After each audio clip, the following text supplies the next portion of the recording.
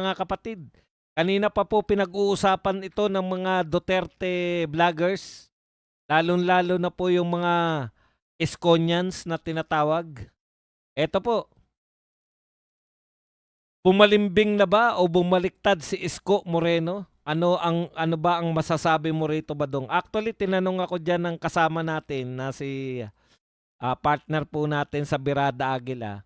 Ito pong si na habang naka-live ako kanina.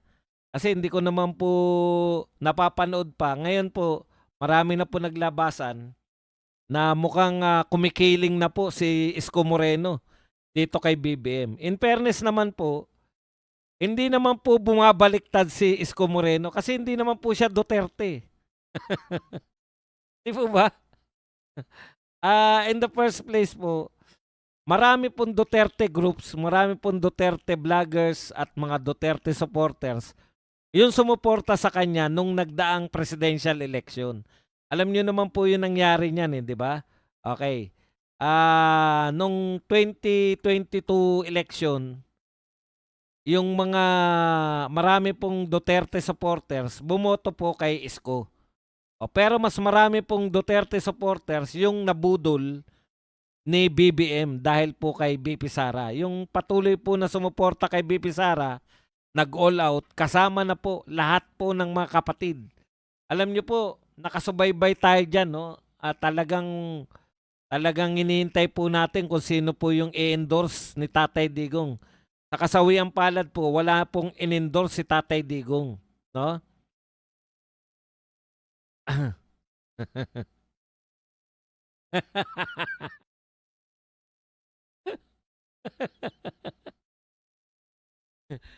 Masaya talaga sa TikTok eh, no? Malakas daw ako kumita dahil malaki ang pisngi. Putang ng mga bobo talaga.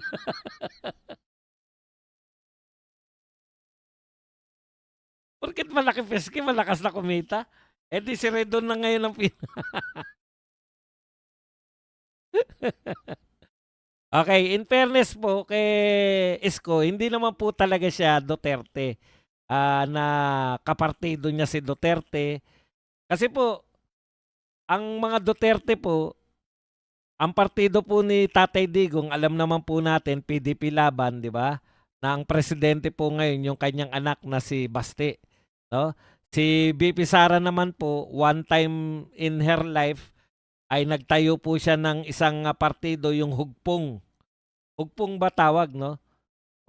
At saka naging miyembro po siya ng naging chairman yata si BP Sara, panandalian lang ng lakas CMD. So hindi naman po naging lakas, hindi naman po naging hugpong, hindi naman po naging PDP laban si Yorme, no?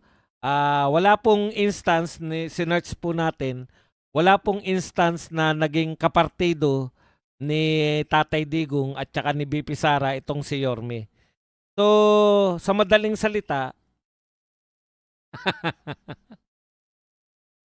pasensya na kayo mga taga-YouTube, natatawa ako eh. Sa mga masarap talaga dito sa sa mga TikTok eh. Ang gara ng mga reaksyon eh, no? Okay. Kaya po nung siyempre marami pa rin pong hindi makapaniwala na talagang si Yorme ay hindi talaga siya Duterte. Nung nakaraang eleksyon naman po, magkasama po sila ni Inday Sara Duterte.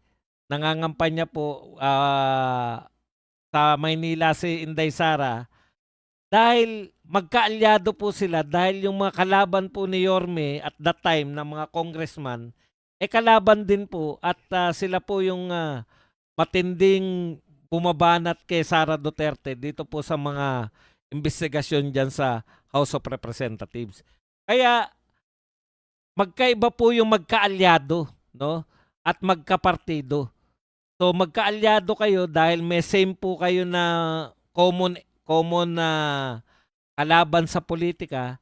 Yun po yun, no? Pero yung wala po akong hindi ko po na balitaan na naging miyembro po ng Duterte Group si Yorme talaga. Kaya marami pong mga Duterte supporters and Duterte vloggers na sumuporta kay Yorme last election, last 2022 election. Pero marami rin pong iilan po na Duterte vloggers at marami pong supporters ng mga Duterte ang binoto po si BBM dahil po kay Sara Duterte. Yan po yung katotohanan niya, no? So hindi po yan, kaya kung sinabi po ni Yorme, ngayon sinasabi ni Yorme na hindi po siya bumabaliktad, katulad po ng sagot niya rito, ayan, sa paratang po, sabi niya, wala hong ganun. Aksyon demokratiko ako. So yan po yung partido ni Yorme, Aksyon Demokratiko. At ang tinakbo ko po ay mayor. Okay. Tapos sa pananaw po naman niya dito kay BBM na siya po ay sumusuporta, syempre kanya-kanya, kung hindi naman po siya Duterte. Ibig sabihin, hindi katulad ni Tolentino na talagang PDP laban, na si Tolentino po, kaya lang siya nanalo na senador, kaya malakas po yung bira natin sa kanya noong nakaraang eleksyon. Kasi kaya lang naman siya naging senador dahil sa suporta ni Tatay Digong eh. Tapos babaliktad siya, tatakbo siya kay BBM. Ganun po yung sa politika yung bumaliktad. Na talagang yung nanalo po talaga si Tolentino dahil lang sa suporta ni Tatay Digong. Kay Yorme naman, in fairness, hindi naman ganun. Pero siyempre, kung babanatan natin siya ngayon, kaya natin siya binabanatan dahil sa pananaw niya kay BBM. Lahat po ng kakampi kay BBM, alangan namang binabanatan natin si BBM, tapos yung kumakampi kay BBM, hindi natin babanatan.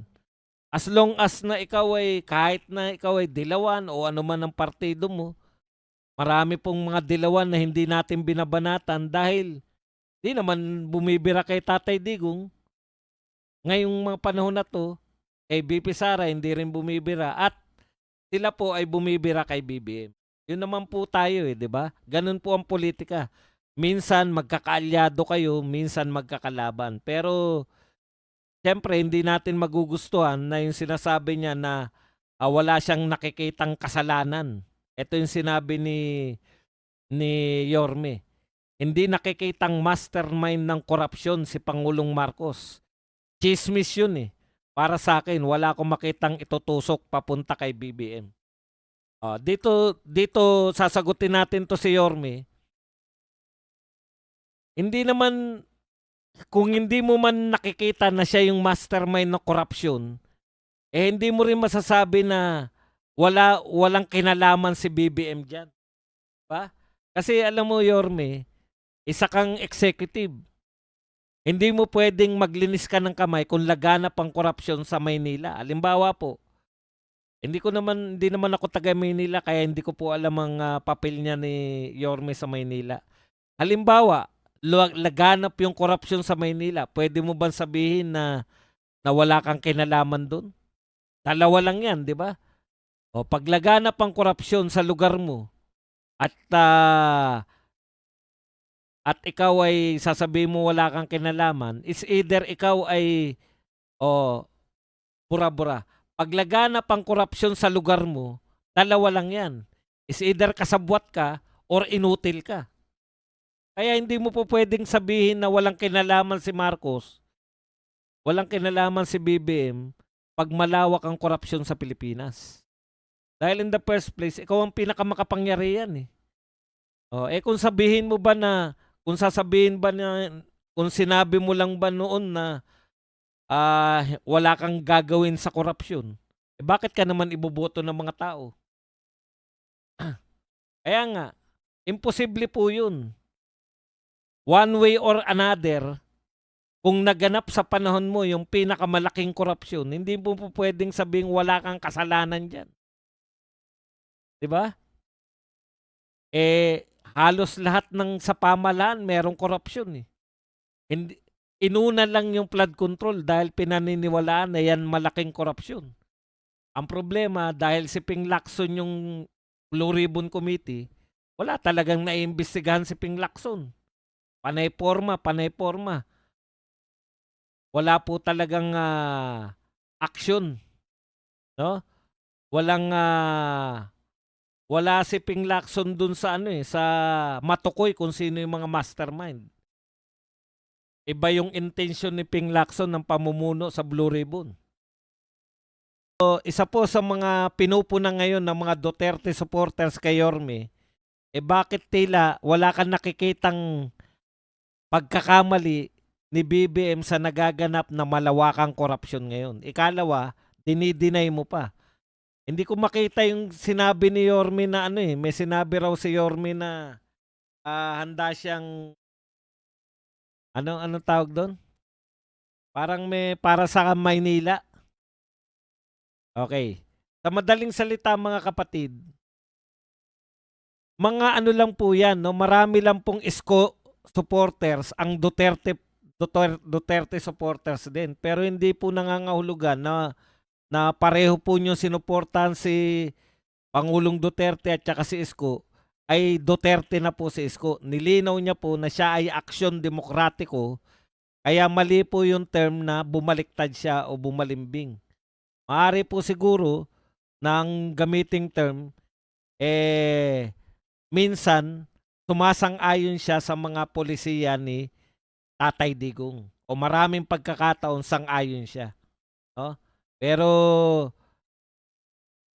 binabanatan nga natin si BBM tapos siya wala namang nakikita.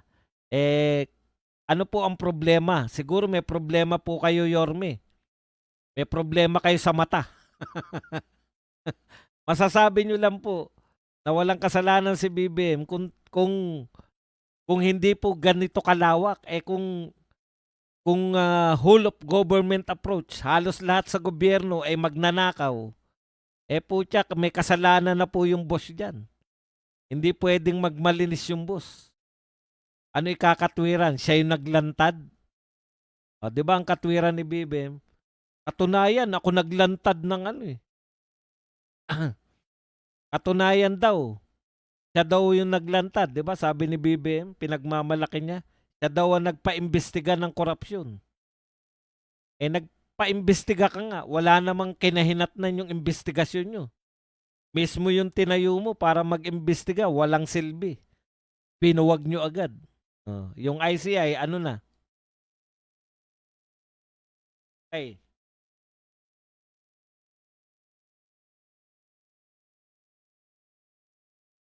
Humimod, yun. Handa raw siyang humimod. Si Yorme para sa mga Maynila. Alam mo, Yorme, napakaswerte mo naman. Nabibiyayaan yung Maynila. Kung ganyan po ang katwiran ng lahat ng mayor, handa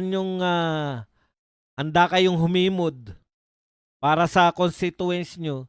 Ano pagkakaiba niyan sa mga congressman na handang sumunod para sa ayuda? 'Di ba? Yan nga binabanata natin Para mabigyan ng ayuda yung mga constituents, kahit mali na, susunod pa rin. Nandiyan yung mga Duterte supporters na Isko supporters. Tayo naman talaga naman. Pag hindi naman Duterte, ano ba ma-expect natin dyan? Alam nga naman, kaya nga hindi nag-Duterte yung mga yan dahil hindi nila lubusang niyayakap yung mga prinsipyo ni Tatay Digong. Basta po may mga politiko na hindi po yumakap, lalo na ngayon, politiko ka ngayon, yung mga yumakap ko, alimbawa po, marami po ngayon, di ba? Alimbawa, mga guest candidate. Yan, sino ba mga guest candidate natin na hindi talaga PDP laban?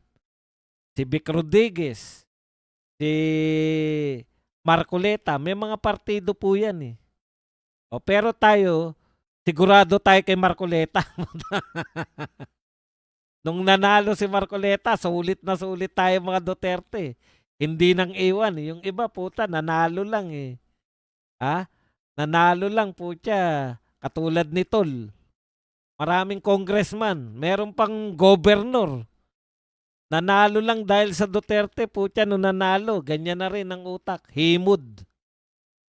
himod na rin po. Dahil siyempre sa pondo. Eh puta kung ganyan ang katwiran nyo, ihimod kayo dahil sa pondo.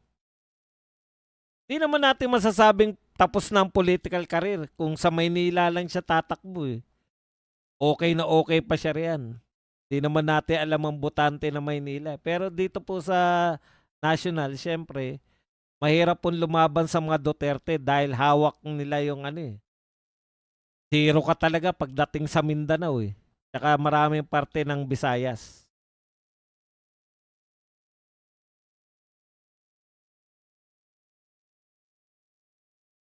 Totoo po yan. Sulit na sulit tayo kay ano. Sulit na sulit tayo kay Marcoleta kahit guest candidate lang, di ba? Pati nga anak niya, puta, hindi nga yung anak niya nga hindi pa member ng Committee on Justice eh. Pero matindi kung bumanat eh. Okay.